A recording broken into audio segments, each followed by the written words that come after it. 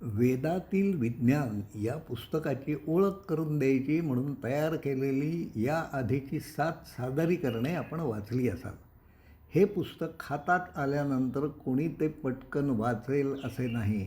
पुस्तकाचा विषय, लेखकाने मांडलेला वेगळा विचार, त्यामध्ये देण्यात आलेले श्लोक, ऋचा हे माझ्यासाठी सारे नवीन होते. समजून घ्यायला ते सारे कठीण आहे. माझ्या अक्कलांना पलीकडचे आहे असे मला वाटत होते. माझ्याकडे ते पुस्तक बरेच महिने पडून होते, पण अखेर ते वाचून पूर्ण झाले. त्याचा आशय समजून घेण्याचा प्रयत्न मी केला. पुस्तकात लेखकाने जे काही सुचवले आहे ते सारे मला पटले आहे असे नाही, पण लेखकाच्या विधानातील अर्थ समजून घेण्यासाठी संस्कृतमध्ये गती असणाऱ्या काही जाणकारांजवळ संपर्क साधण्याचा प्रयत्न मी केला. त्यांच्याकडून यासाठी पुरेसा प्रतिसाद मिळाला नाही. किंबहुना त्यांच्यापैकी अनेकांचे मत, वेद ही निसर्गविषयक काव्ये आहेत असेच होते आहे.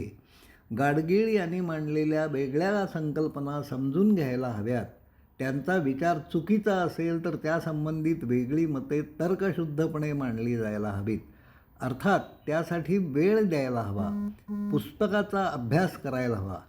संस्कृत जाणणाऱ्या ज्या व्यक्ती मला माहिती आहेत त्यांना यामध्ये कसलाही रस नाही. निदान मला तसे जाणवले, म्हणून सामान्य माणसापर्यंत हा विषय पोचवण्यासाठी ही सादरीकरणे मी तयार केली.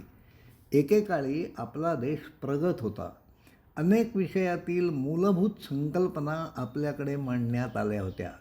हे खरे असेल तर ही प्रगती नाहीशी का झाली? बिनभिंतींच्या शाळेत हा प्रश्न मला विचारण्यात आला होता.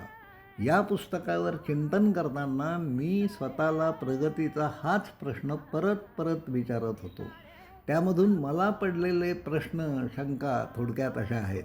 आजच्या पिढीतील भारतीयांना, विशेषतः शिकणाऱ्या मुलांना देशाच्या इतिहासाविषयी जाणून घ्यावे असे मनापासून वाटते का?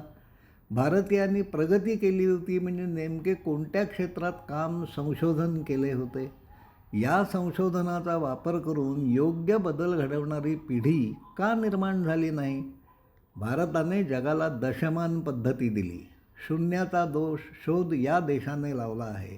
आज दिसणारी प्रगती ही दशमान पद्धती व शून्य या संकल्पना वापरण्यामधून झाली आहे. भूमितीतील पायथागोरियन म्हणून ओळखला जाणारा सिद्धांत त्याच्या कितीतरी शतके आधी शूल्ब सूत्रात नोंदवण्यात आला आहे. भारतीयांनी पंचांग या विषयात बरेच काम केले आहे. कोणता ग्रह कोणत्या नक्षत्रात कधी असेल, ग्रहणे कधी होतील याचे अचूक भाकीत करण्याचे तंत्र भारतीयांना फार पूर्वीपासून माहिती होते. त्यांना सूर्यग्रहणाच्या वेळी चंद्र सूर्याला झाकतो, पृथ्वीची सावली चंद्रावर पडते हे माहीत नव्हते, पण ते त्यासाठी राहू केतू त्यांना गिळतात असे शब्द वापरीत होते. न गंजणारे कार्बराईड स्टील, लोखंड भारतात शोधले गेले. अन्य जग जेव्हा प्राण्यांच्या कातड्यापासून बनवलेली वस्त्रे वापरीत होते तेव्हा या देशात कापसापासून कपडे बनवण्याचे तंत्र विकसित झाले होते.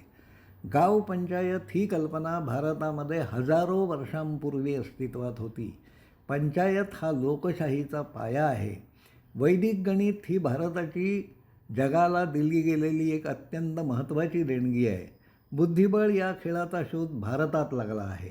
योगाचे तंत्र भारतात शोधले गेले आहे, जे आज जगभर वापरले जाते.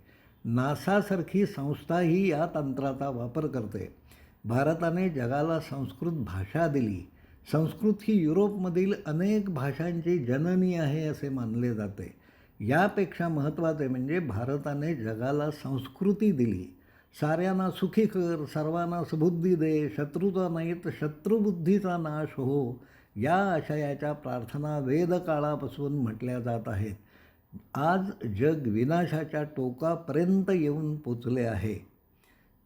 भारतीय तत्त्वज्ञानाने जगाला जे काही दिले आहे त्याचे पालन झाले तरच विनाशाची घटिका थोडी पुढे ढकलली जाईल.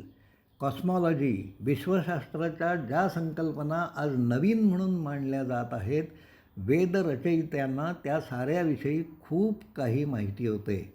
त्यासंबंधित ऋचा आणि त्याचा देशपांडे यांनी लावलेला गर्भितार्थ पुस्तकात देण्यात आला आहे.